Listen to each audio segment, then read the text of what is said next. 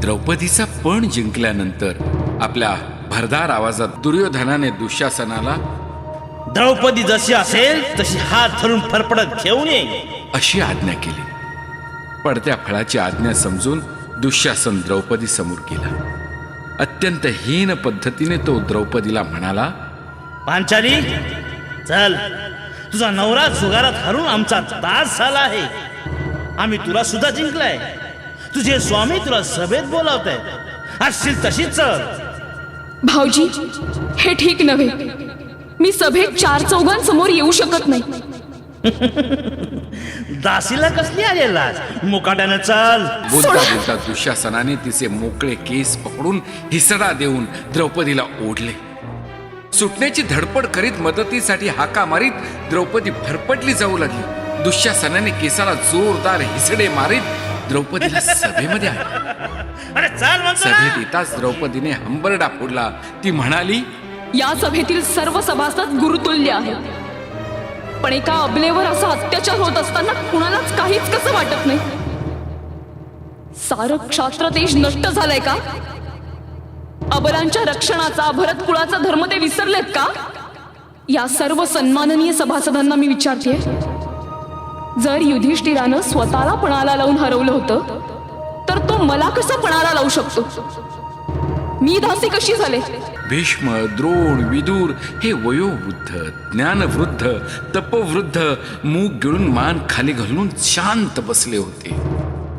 तेवढ्यात कर्ण द्रौपदीची अगदी वाईट शब्दात विटंबना करीत म्हणाला, 5 पती बरोबर राहणारी ही कुलस्त्री कशी? हिला कुठली लज्जा, कुठलं पावित्र्य? दुःशासना, या आपल्या दासीचं वस्त्र हिसकावून घे. हे ऐकून दुःशासनाला अधिकच चेव चढली. त्यानं द्रौपदीच्या साडीला हात घातला आणि तो साडी ओढू लागला.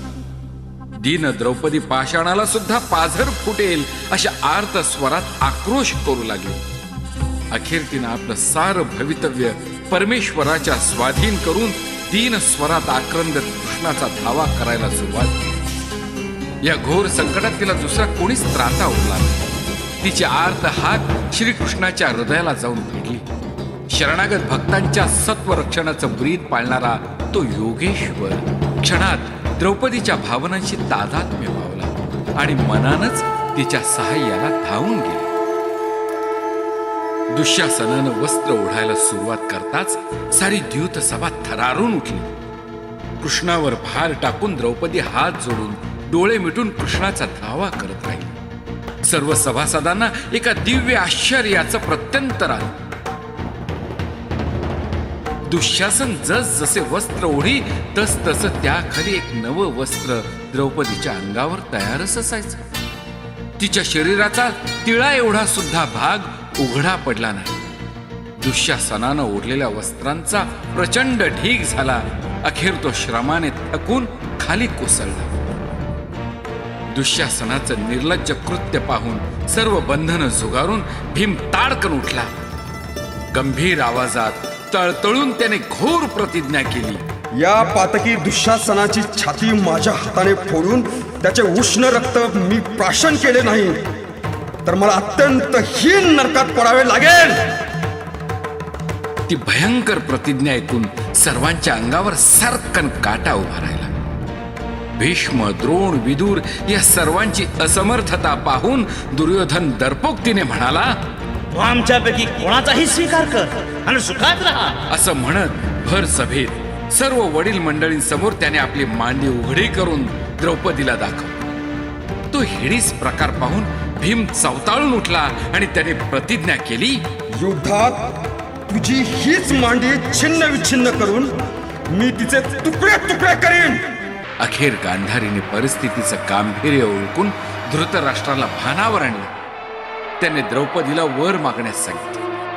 द्रौपदीने युधिष्ठिराची दास्यातून मुक्तता व्हावी असा वर मागितला. धृतराष्ट्राने तो मान्य करून एक आणखी वर मागायला सांगितले. तेव्हा रथ आणि शस्त्रांसह सर्व पांडवांची मुक्तता करण्याचं वर मागितलं. धृतराष्ट्र म्हणाला, तथास्तु.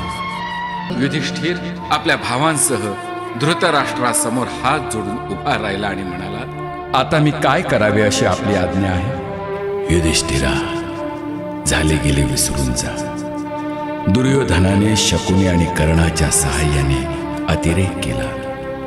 त्याला वडीलपणाने क्षमा कर. आता इंद्रप्रस्थास परत जा. न्यायाने प्रजेचा प्रतिपाळ कर.